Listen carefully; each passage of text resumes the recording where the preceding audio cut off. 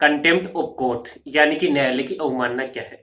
नमस्कार, मैं एडवोकेट मुकेश बगड़िया स्वागत करता हूं आपका आपके इस यूट्यूब चैनल पर। यदि आप इस चैनल पर पहली बार आए हैं, आपने अभी तक इस चैनल को सब्सक्राइब नहीं किया है, तो आप चैनल को सब्सक्राइब कर ले। साथ ही आप बेल आइकन भी अवश्य दबा ले ताकि आपको मिलती रहे मेरे प्रत्येक वीडियो की जानकारी।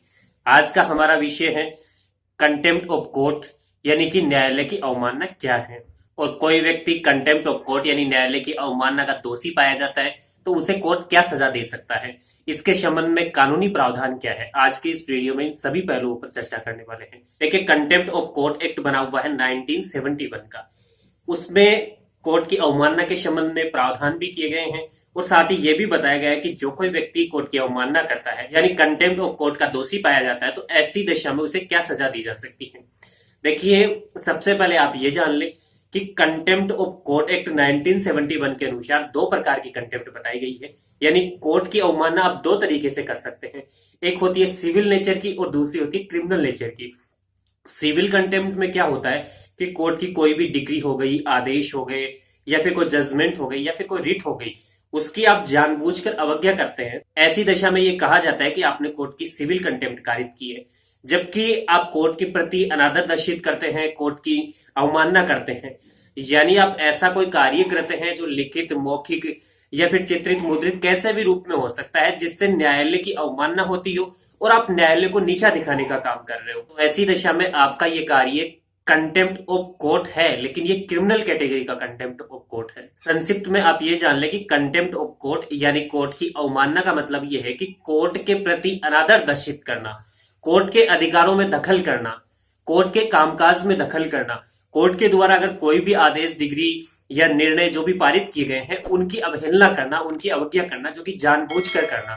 सबसे अहम बात मैं आपको यह भी बता दूं कि कंटेम्प्ट ऑफ कोर्ट एक्ट 1971 में ऐसे प्रावधान किए गए हैं जिसके तहत कंटेम्प्ट ऑफ कोर्ट के लिए यानी न्यायालय की अवमानना के लिए न्यायाधीश को भी दंडित किया जा सकता है।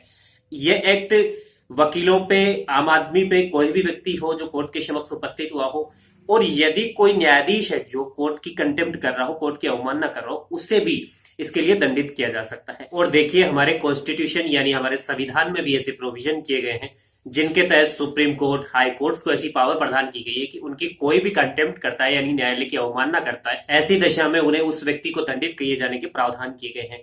ऐसे प्रावधान कॉन्स्टिट्यूशन के आर्टिकल 129 में सुप्रीम कोर्ट को और आर्टिकल 215 यानी 215 में हाई कोर्ट को प्रदान किए गए हैं। जबकि भारतीय दंड संहिता की धारा 228 में कंटेम्प्ट ऑफ कोर्ट के बारे में प्रावधान किया गया है जो लोअर कोर्ट की ओर निर्देश करती है।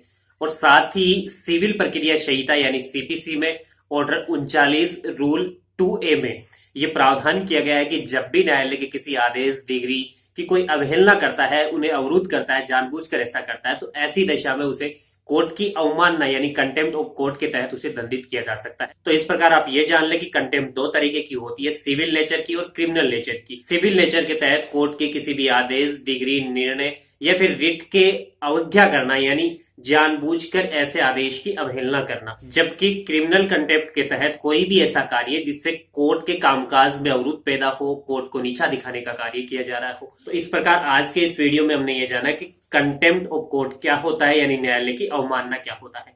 देखिए, कंटेम्प्ट ऑफ कोर्ट एक्ट 1971 में यह प्रावधान किया गया है कि जब भी कोई व्यक्ति कंटेम्प्ट ऑफ कोर्ट का दोषी पाया जाता है, न्यायालय की अवमानना का दोषी पाया जाता है, तो ऐसी दशा में उस व्यक्ति को 6 माह तक की सजा और 2000 रुपए तक के अर्थदंड से दंडित किया जा सकता है, यानी उस पर फाइन अधिरोपित किया जा सकता है, जुर्माना लगाया जा सकता है। साथ ही इसी एक्ट में यह भी प्रावधान किया गया है कि जब कोई व्यक्ति अपने कार्य के लिए क्षमा मांग लेता है तो ऐसी दशा में उसे समाधान भी प्रदान किया जा सकता है। यदि मैं साधारण शब्दों में बात करूं तो न्यायालय का कोई भी निर्णय, आदेश या फिर कोई रिट या कोई डिग्री जिसे कोई व्यक्ति मानने से इनकार करता हो और न्यायालय के द्वारा जो भी आदेश दिया गया हो उसके विपरीत कार्य करता हो, तो ऐसी दशा में आप ये कह सकते हैं कि वह व्यक्ति कंटेम्प्ट ऑफ कोर्ट का कार्य कर रहा है यानी न्यायालय की अवमानना का कार्य कर रहा है। जबकि कोई व्यक्ति सार्वजनिक तौर पर कुछ ऐसे शब्द बोलता है, ऐसे शब्दों का उच्चारण करता है जिससे न्यायालय की भावना को ठेस पहुंचती हो या फिर न्यायालय के कामकाज में दखल अंदाजी करता है, तो ऐसी दशा में भी यही कहा जाता है कि न्यायालय की उस व्यक्ति ने अवमानना की हो। साथ ही आप ये भी जान लें कि कंटेम्प्ट ऑफ कोर्ट की पावर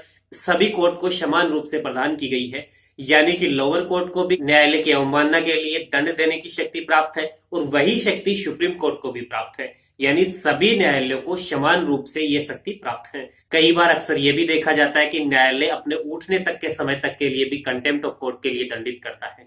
ये अक्सर कई बार कई सरकारी अफसरों के साथ ऐसा होता रहता है। हाल ही में आपने ये भी सुना होगा कि देश के जाने माने वकील प्रशांत भूषण को कोर्ट ने दंडित किया है। तो प्रशांत भूषण को सुप्रीम कोर्ट ने कंटेम्प्ट ऑफ कोर्ट यानी न्यायालय की अवमानना के लिए दंडित किया है। उनके ऊपर ₹1 का फाइन अधिरोपित किया गया था। उम्मीद करता हूं आज का ये वीडियो आपको बहुत अहम जानकारी देने में सफल रहा होगा।